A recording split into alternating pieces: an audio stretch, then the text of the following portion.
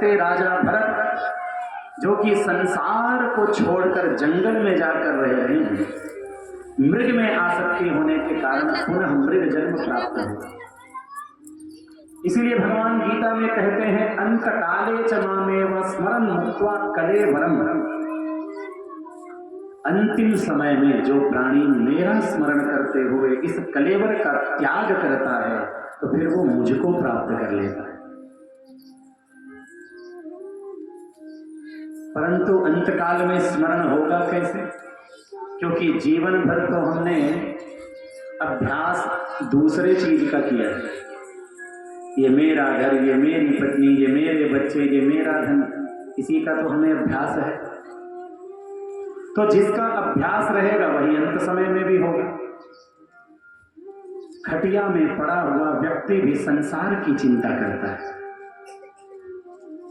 आइए एक छोटा सा दृष्टांत इस पर श्रवण करें। एक बूढ़ा व्यक्ति, उसके 4 पुत्र। बूढ़ा व्यक्ति मरणासन्न अवस्था को प्राप्त हो गया है।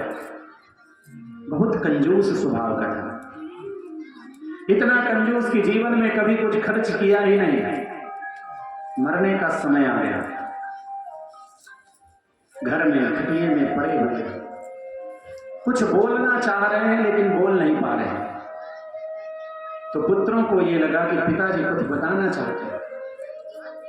जीवन भर खर्च नहीं किए, हो सकता है धन दबाकर कहीं रखे हो, वही बताना चाहते हैं। पुत्रों ने वैद्य को बुला लाया और निवेदन किया कि हे डॉक्टर साहब, कुछ ऐसा दवाई, कुछ ऐसी औषधि पिताजी को दे दीजिए जिससे ये कुछ देर सही बोल सके। वैद्य साहब ने औषधि दी, औषधि ने अपना प्रभाव दिखाया और पिताजी बोलते क्या हैं कि मेरे तरफ क्या देखते हो, आंगन में देखो, बछड़ा झाड़ू को चगल रहा है। क्यों?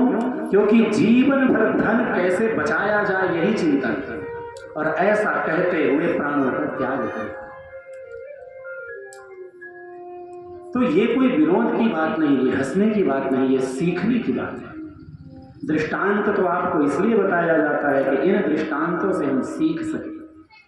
दृष्टांत कुशलो धीरः कहा गया। वक्ता का लक्षण है कि कठिन बातों को भी दृष्टांत के माध्यम से सरल कर दे।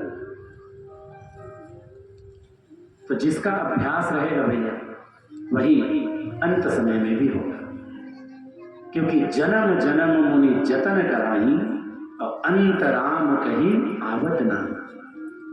अंत समय में भगवत स्मरण हो, यह बड़ा कठिन है। बार बार अभ्यास करना